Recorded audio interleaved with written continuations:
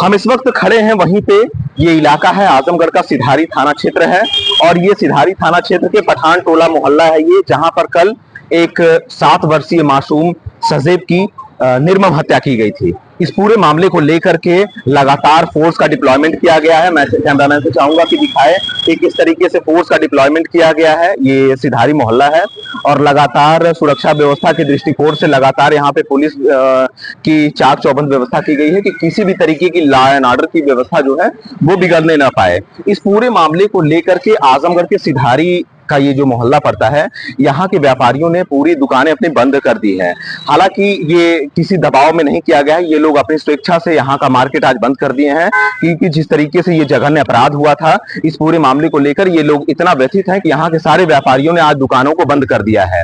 इस पूरे मामले को लेकर के हम जिस तरीके से यहाँ पे ग्राउंड जीरो से रिपोर्टिंग कल से ही कर रहे हैं, लगातार दोनों आरोपियों का एनकाउंटर किया आजमगढ़ पुलिस ने।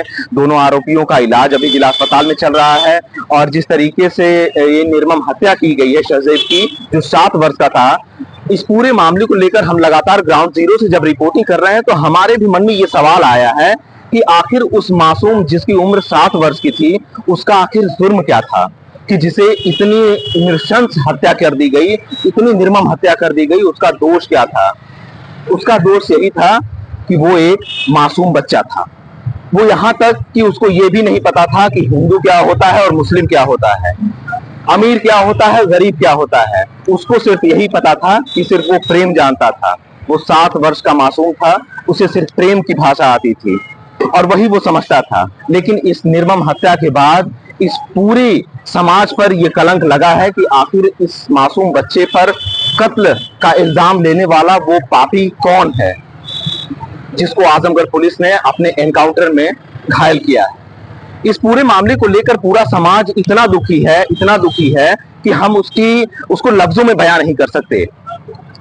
इस पूरे मामले को लेकर समाजवादी पार्टी, उलेमा काउंसिल की तरफ से, लगातार बीजेपी की तरफ से ये आवाज उठाई जा रही है कि जो आरोपी हैं उनके ऊपर कठोर कार्रवाई की जाए और जो अन्य विपक्षी दल हैं, राजनीतिक दल हैं, वो ये मांग उठा रहे हैं कि उनके ऊपर बुलडोजर का एक्शन होना चाहिए, क्योंकि जिस तरीके से आजमगढ़ के तमाम जगहों पर बुलडोजर एक्शन किए गए हैं, इस मामले को लेकर भी लगातार ये आवाज उठाई जा रही है कि उनके ऊपर भी बुलडोजर एक्शन होना चाहिए और जो दोषी हैं अन्य परिवार के सदस्य, उनको भी ये एहसास होना चाहिए उनको कि उन्होंने आखिर किया क्या है। इस पूरे मामले को लेकर के हम सारे अपडेट्स आपको 1 to 1 देते रहेंगे आपको, लेकिन आप सोचिएगा कि समाज पर इतना बड़ा कलंक लेने वाले इन पापियों पर क्या इतनी ही कार्रवाई होनी थी? हालांकि अभी इस पूरे मामले पर पुलिस के जो आरोप लग रहे हैं कि उन्होंने समय रहते कार्रवाई नहीं की, उन लापरवाह पुलिसकर्मियों पर कोई कार्रवाई नहीं की गई है। वो हम आगे भी अपडेट देंगे कि क्या कार्रवाई होनी है, क्या नहीं होनी है। लेकिन एक सवाल जो अपने आप से ये पूछेगा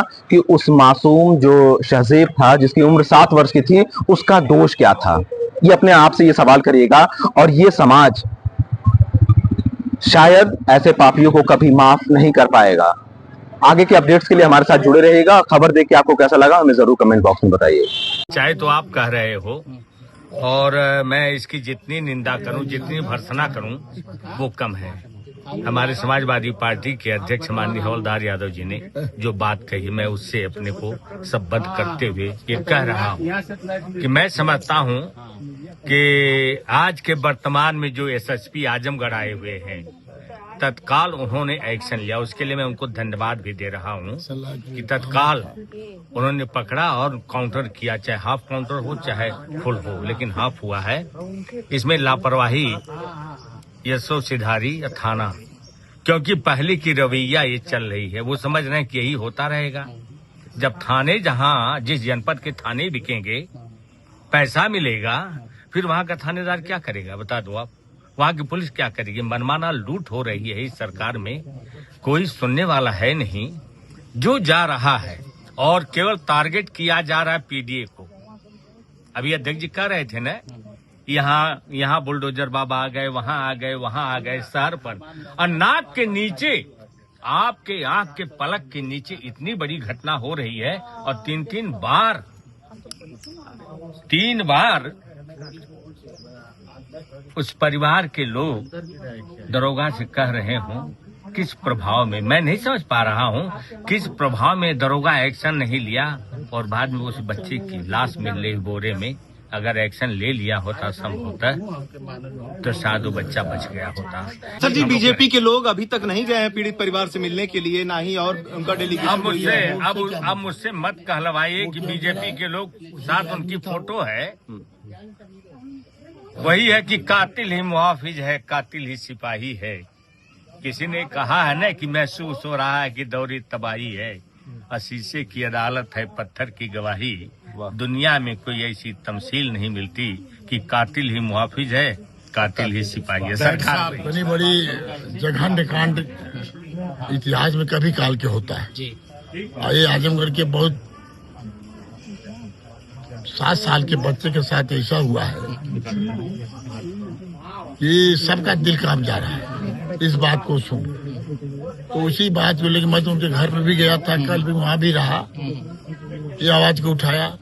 आज भी मैं कह रहा हूँ, ठीक है पुलिस प्रशासन काम कर रही है, मगर इसको जितने बड़े पैमाने पर जैसे कि ये है, अगर जैसे वहाँ लोगों ने कहा, परिवार से लेके और लोगों ने कहा है कि हम लोगों ने दरखास्त दिया था, और इसके बाद अगर पुलिस हरकत में आई होती तो हो सकता है कि हमारा बच्चा बच जाता है, वहाँ के लोगों ने कहा। तो ये तो कमी है पुलिस की, जब दरखास्त दिए तो उस पर एक्शन लेना चाहिए लोगों को, तो उसको हल्के में लिया और उसका नतीजा आज इतना बड़ा सबके सामने आ गया। क्या कार्रवाई की मांग कर रहे हैं? हम लोग कार्रवाई की मांग कर रहे हैं। कप्तान साहब तो जो करना है वो कर रहे हैं, प्रशासन कर रहा है। हम चाहेंगे कि अभी तो इससे संतुष्टि नहीं है किस तरह से, क्योंकि वो तो जो इस तरह की हरकत किया है वो किसी न किसी उसे दर्द से उल्लंघन करता है।